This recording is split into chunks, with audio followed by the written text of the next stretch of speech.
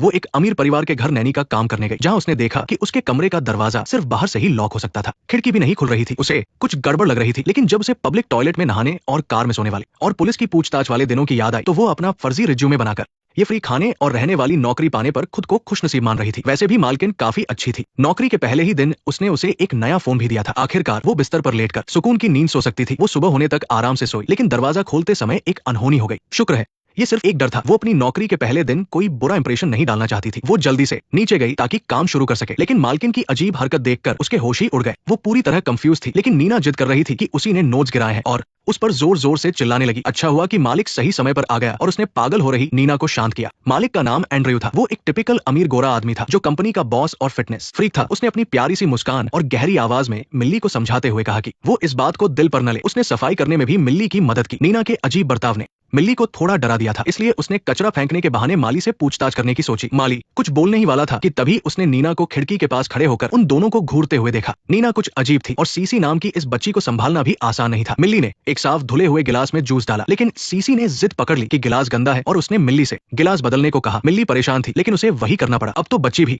उसे परेशान करने लगी थी। मिल्ली थोड़ी उदास हो गई। अच्छी बात यह थी कि एंड्रयू बहुत केयरिंग था और उसकी काफी इज्जत करता था। वो हैंडसम और अमीर था और बहुत प्यार से पेश आता था। मिल्ली को एंड्रयू से प्यार होने लगा था। रात को जब वो अपने बिस्तर पर लेटकर एंड्रयू की सोशल मीडिया प्रोफाइल देख रही थी, तभी किसी ने दरवाजा खटखटाया। वो इंसान एक केक लेकर आया था और बहुत ही अट्रैक्टिव लग रहा था। नहीं नहीं नहीं नहीं, बिल्कुल नहीं। हालांकि ये सिर्फ एक सपना था, लेकिन मिल्ली को थोड़ा गिल्टी फील हो रहा था। आखिर जो हम दिन में सोचते हैं वही रात को सपने में आता है। तभी नीना अचानक उसके पीछे आकर खड़ी हो गई, जिससे मिल्ली बुरी तरह डर गई। उसे अब यकीन होने लगा था कि ये औरत पागल है। हद तो तब हो गई जब पहले से तय होने के बावजूद कि शनिवार को छुट्टी रहेगी, मिल्ली के घर से निकलते ही नीना ने उसे रोक लिया। यहाँ तक कि मिल्ली ने बताया कि उसकी एक बहुत जरूरी मीटिंग है, फिर भी नीना उसे जाने नहीं दे रही थी। अच्छा हुआ कि एंड्रयू ने उसकी मदद की और वो वहां से निकल पाई। मिल्ली ने सरकारी ऑफिस जाकर अपने काम की रिपोर्ट दी। अफसर ने उसे अच्छे से काम करने और अपनी नौकरी और घर बचाए रखने की सलाह दी, वरना उसे वापस जेल जाकर अपनी बची हुई सजा पूरी करनी पड़ेगी। वो भी ये बात अच्छे से जानती थी, इसलिए अपनी छुट्टी वाले दिन भी जब नीना ने उसे स्कूल से सीसी को लाने के लिए कहा तो मिल्ली बिना कुछ कहे मान गई। लेकिन नीना ने उसे स्कूल की सही लोकेशन तक नहीं बताई थी। मिल्ली को इंटरनेट पर स्कूल सर्च करके एक एक जगह जाकर ढूंढना पड़ा। वो इधर उधर भागते हुए पूरी तरह थक चुकी थी। आखिरकार छुट्टी होने से पहले उसने सीसी को ढूंढ लिया, लेकिन सीसी ने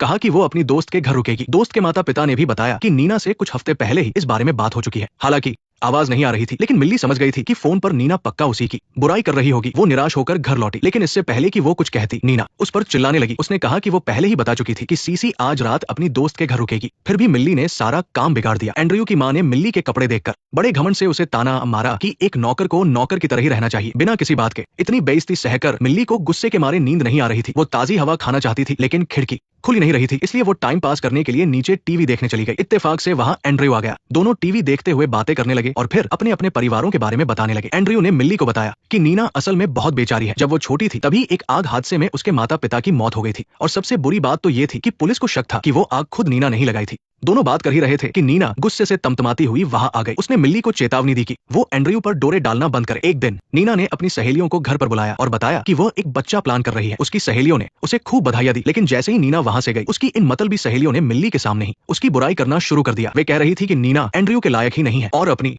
ऐश वाली जिंदगी बचाने के लिए वो बच्चा पैदा करने को पागल हो रही है। अभी तक कुछ पक्का भी नहीं है, फिर भी वो सबको बताती फिर रही है। उन्होंने ये भी बताया कि नीना कुछ महीने पागल खाने में रह चुकी है। एंड्रयू जैसा देवता इंसान ही उसे झेल सकता है। मिल्ली को भी उनकी बात बिल्कुल सही लगी। उसे खुद समझ नहीं आ रहा था कि एंड्रयू जैसा परफेक्ट आदमी किसी पागल औरत से शादी क्यों करेगा। ये सोचकर मिल्ली को नीना से और भी डर लगने लगा। उसने फैसला किया कि नई नौकरी मिलते ही वो यहाँ से चली जाएगी, चाहे उसे टॉयलेट ही क्यों न साफ करने पड़े। लेकिन जिस बात का डर था वही हुआ। उस रात वो गहरी नींद में सो रही थी, तभी किसी के चीखने की आवाज से उसकी आंख खुल गई। दिन में एंड्रयू ने उसे बताया था कि नीना डॉक्टर के पास चेकअप के लिए गई थी और उसे पता चला है कि अब वो कभी भी मां नहीं बन सकती। मिल्ली को डर था कि इस बात से पागल होकर नीना कहीं एंड्रयू को नुकसान न पहुंचा दे। मिल्ली बुरी तरह डर गई थी। शुक्र है कि एंड्रयू को कुछ नहीं हुआ। अगले दिन नीना ऐसे बर्ताव कर रही थी जैसे कुछ हुआ ही ना हो। उसने मिल्ली को टिकट बुक करने को कहा और उसे ढेर सारे कपड़े भी दिए। मिल्ली को लगा कि बीती रात नीना बस अपना आपा खो बैठी थी। तभी उसे एक और डरावनी बात पता चली। पास खड़े एक इंसान ने मिल्ली को बताया कि एक बार नीना ने अचानक पागलपन में आकर सीसी को पानी से भरे बाथटब में फेंक दिया था और फिर खुदकुशी करने की कोशिश की थी। अगर एंड्रयू समय पर पुलिस न बुलाता तो अंजाम बहुत बुरा हो सकता था। ये सुनकर मिल्ली बुरी तरह घबरा गई। वो वापस गई और माली से पूछने लगी कि इस परिवार में आखिर चल क्या रहा है। लेकिन माली ने बस अजीब से तरीके से कहा, तुम्हें यहाँ नहीं आना चाहिए था। तभी नीना अचानक वहां धमकी और उसने माली की बात काट दी। उसने गुस्से में मिल्ली से पूछा कि उसने फ्लाइट की टिकट क्यों बुक की है। मिल्ली की सारी सेविंग्स मिलाकर भी टिकट के पैसे नहीं चुकाए जा सकते थे। जब उसे कुछ समझ नहीं आ रहा था कि वो क्या करे, तभी एंड्रयू आ गया। उसने मिल्ली से कहा कि वो इस बात को दिल पर न ले और बहुत प्यार से माफी भी मांगी। शनिवार को नीना सीसी को समर कैंप छोड़ने गई। घर पर सिर्फ एंड्रयू और मिल्ली ही थे। एंड्रयू ने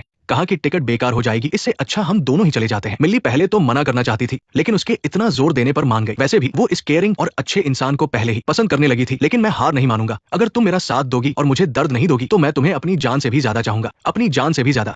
एक खूबसूरत नाटक देखने के बाद उन दोनों के बीच की झिझक और दूरी पूरी तरह से खत्म हो गई थी। एक महंगे रेस्टोरेंट में खाना खाते समय एंड्रयू ने अपना दर्द बांटते हुए कहा कि नीना पहले बहुत अच्छी इंसान थी, बहुत दयालु और दरियादिल थी, लेकिन आजकल उसका बर्ताव काफी अजीब हो गया है। उसे खुद नहीं पता कि आखिर क्या हुआ है। और जो बात उसे सबसे ज्यादा बुरी लगती है वो ये है कि नीना हमेशा मिल्ली को परेशान करने के बहाने ढूंढती रहती है। डांस म्यूजिक के साथ दोनों एक दूसरे के और करीब आ गए। एंड्रयू ने एक आकर्षक लहजे में कहा कि जब शराब पी ली है तो तुम ड्राइव नहीं कर सकती, क्यों न यही रुक जाओ। मिल्ली खुशी खुशी मान गई, पर उसके लिए राहत और अफसोस दोनों की बात यह थी कि एंड्रयू ने 2 कमरे बुक किए थे। वो खुद को समझाती रही कि उसे खुद पर काबू रखना होगा, अपनी जिंदगी बर्बाद नहीं करनी है। बड़ी मुश्किल से वो शांत हुई, पर जैसे ही उसने अपना फोन निकाला उसने देखा कि बहुत बड़ी गड़बड़ हो गई है। उसने बस एक कॉल मिस किया था और नीना ने जान खाने की तरह एक के बाद एक कई मैसेज भेज दिए थे। वो घबराते हुए एंड्रयू के पास गई और बोली कि नीना उसे नौकरी से निकालने वाली है और इस नौकरी के बिना उसका गुजारा नहीं होगा। एंड्रयू ने उसे बड़े प्यार से समझाया और कहा कि वो नीना से अच्छे से बात करेगा और ऐसा नहीं होने देगा। अगली सुबह चोरी छुपे प्यार करने वाले दोनों घबराते हुए नीना के आने से पहले घर लौट आए। शुरू में तो सब ठीक था। नीना ने वापस आकर मिल्ली से माफी मांगी और कहा कि कल रात वो सो नहीं पाई थी और कुछ टेंशन में थी, इसलिए वो मैसेज भेजे। उसने मिल्ली की कुकिंग की तारीफ भी की, लेकिन तभी उसने बात पलट दी। मिल्ली को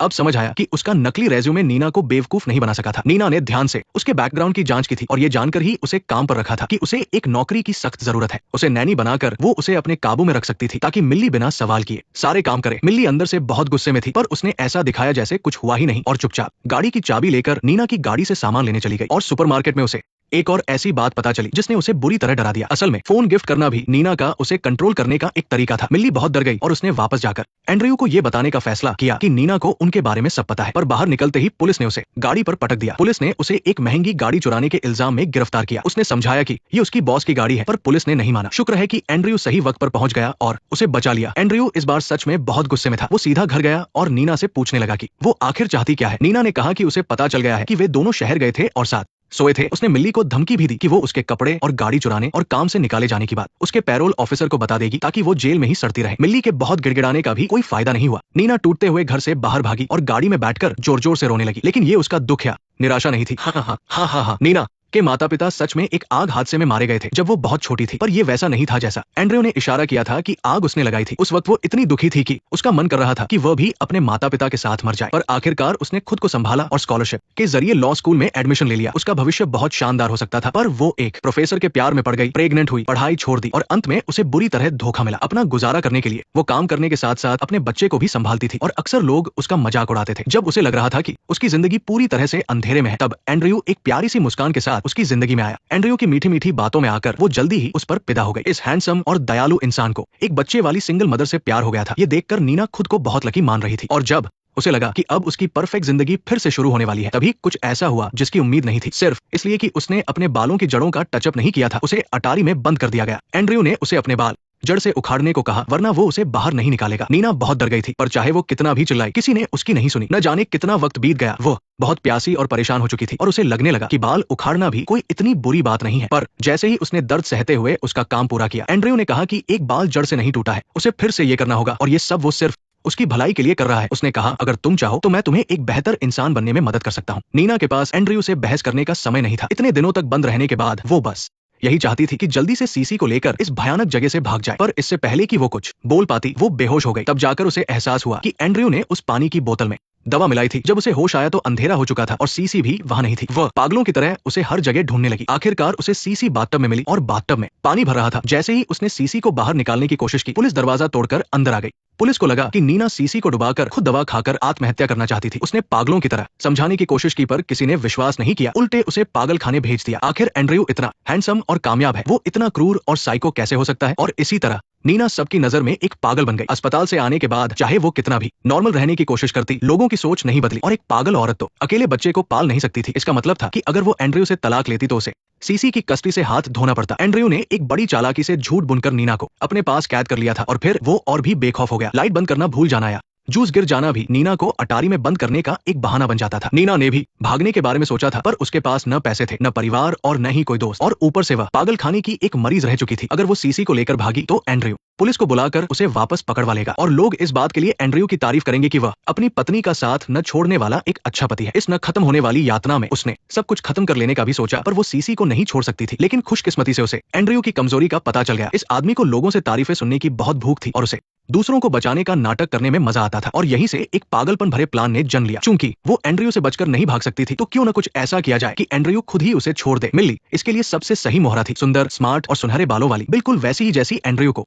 पसंद थी। और सबसे जरूरी बात यह थी कि वो अभी जेल से छूटी थी, उसके पास कोई नौकरी नहीं थी और नहीं कोई परिवार या दोस्त। उसकी बेचारी और लाचार हालत एंड्रयू के अंदर की किसी को बचाने वाली चाहत को भड़काने के लिए काफी थी। अपनी प्रेगनेंसी की समस्या का नाटक करना भी उसके प्लान का हिस्सा था। वो जानती थी कि एंड्रयू हमेशा से अपना बच्चा चाहता था, इसलिए उसने छुपकर बर्थ कंट्रोल डिवाइस लगवा लिया था और ऊपर से उसने बच्चा चाहने का खूब दिखावा किया। इसके लिए उसने पागलों जैसी हरकतें की और मिल्ली को बहुत परेशान किया। इससे न केवल एंड्रयू उससे और भी नफरत करने लगा, बल्कि एंड्रयू को यह भी लगने लगा कि मिल्ली बेचारी है और उसे बचाने की जरूरत है। इन सबसे अनजान मिल्ली एक अच्छी जिंदगी की चाहत में खुद ही एंड्रयू की बाहों में जा गिरी। नीना के जाने के बाद वे दोनों बिना किसी शर्म के खुशी से अपनी जिंदगी जीने लगे। मिल्ली को लगा कि उसकी अंधेरी जिंदगी में आखिरकार रोशनी आ गई है, पर तभी उससे गलती से एक प्लेट टूट गई। ये एंड्रयू की सबसे पसंदीदा प्लेट्स में से एक थी। वो गुस्सा नहीं हुआ, बल्कि प्यार से मिल्ली को समझाया और एक अच्छी वाइन की बोतल खोली। मीठी मीठी बातें करते हुए वो उसे गोद में उठाकर अटारी में ले गया। मिल्ली को लगा कि यह आदमी कितना अच्छा है। उसे भनक भी नहीं थी कि खतरा उसके सिर पर मंडरा रहा है। जब उसे होश आया तो उसका सिर दर्द से फटा जा रहा था। अटारी में एक बिस्तर और एक छोटे से फ्रिज के अलावा